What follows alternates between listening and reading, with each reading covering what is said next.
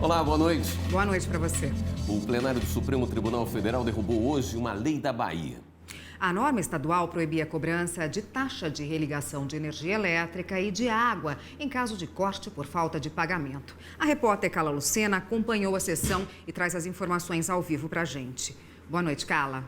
Olá, Érica. Boa noite para você. Boa noite a todos que nos acompanham no Jornal da Justiça. E foi exatamente isso. Essa é uma lei que estava em vigor na Bahia desde 2016. E ela dizia justamente isso, que as companhias de energia elétrica não poderiam cobrar uma taxa para religar a energia na casa daquelas pessoas que tiveram aí a luz cortada por conta de falta de pagamento. A lei também dizia que essa religação, o restabelecimento dessa energia, deveria ser feito em 24 horas. Foi então que a Associação Brasileira de Distribuidoras de Energia Elétrica entrou com essa ação aqui no Supremo Tribunal Federal, dizendo que a Bahia, o estado da Bahia, não poderia aprovar uma lei trazendo aí essas regras, porque isso caberia à União, ou seja, caberia a uma lei federal que valeria para todo o país. Então, falar sobre isso. O caso foi julgado hoje, logo no início da sessão plenária.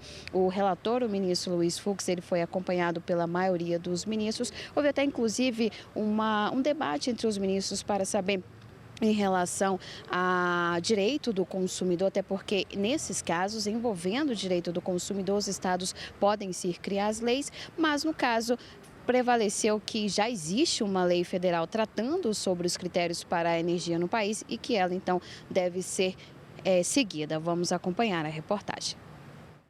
O relator, ministro Luiz Fux, disse que o estado da Bahia não poderia aprovar lei criando regras sobre o religamento de energia elétrica cortada depois do consumidor não pagar a conta. Esse tipo de critério já está estabelecido em lei federal, que vale para todo o país. A lei estadual impugnada, ao dispor sobre a proibição de cobrança de taxa de religação de energia elétrica nos casos de corte de fornecimento por falta de pagamento, e estabelecer o prazo máximo de 24 horas para restabelecimento do serviço, sem qualquer ônus para o consumidor, invadiu a competência privativa da União para legislar sobre energia, artigo 22, inciso 4º da Constituição Federal, bem como interferiu na prestação do serviço público federal. O relator foi acompanhado pela maioria dos ministros. O que diz aqui? Não fala ou não prevê uma proteção maior do consumidor em relação aos reflexos da sua inadimplência. Aqui proíbe. Proíbe taxa de religação. E depois, em 24 horas, determina que deve ser restabelecido o fornecimento sem qualquer ônus. O texto da lei, inclusive, aqui o texto da lei não diz que deve ser restabelecido mesmo que somente se pagar. O que o texto da lei traz é que mesmo que não pague, em 24 horas deve ser restabelecido. E há uma normatização federal expressa nessa matéria. E aí eu penso que, em se tratando de um serviço público de concessão federal, no caso, se sujeita à normatização federal. Portanto, aqui há uma superposição de legislação e normatização federal com a legislação estadual. Os ministros Edson Fachin e Marco Aurélio divergiram. Para eles, não há irregularidade na lei baiana por tratar de norma referente à defesa do consumidor.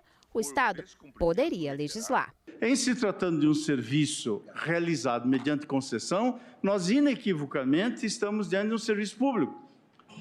Não por isso, o consumidor deve efetivamente realizar o seu respectivo adimplemento. Em caso de atraso, qual é a sanção?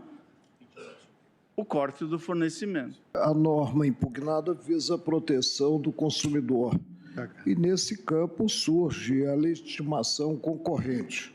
A agência reguladora não tem o poder legiferante. A agência reguladora submete-se ao princípio da legalidade. Por isso não cabe sobrepor a instrução ocorrida pela ANEEL.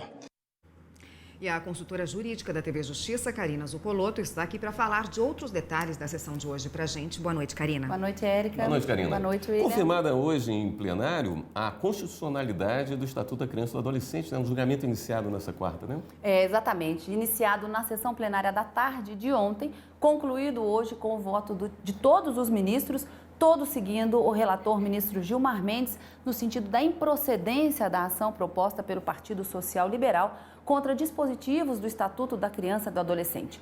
O ministro Alexandre de Moraes resumiu bem os pontos atacados. Ele disse que eram 4 pontos principais. O primeiro, que tratava da liberdade conferida às crianças e adolescentes pelo Estatuto, no sentido de impossibilitar, vedar a apreensão dessas crianças e adolescentes para a averiguação.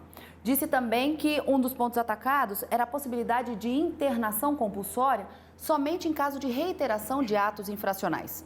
Um outro ponto também que foi atacado era a competência do Conselho Tutelar para aplicar essas medidas socioeducativas e o último, a tipificação como crime da conduta de privar a liberdade dessas crianças e adolescentes sem que fosse uma prisão em flagrante ou por ordem judicial, combinada com pena de 6 meses a 2 anos.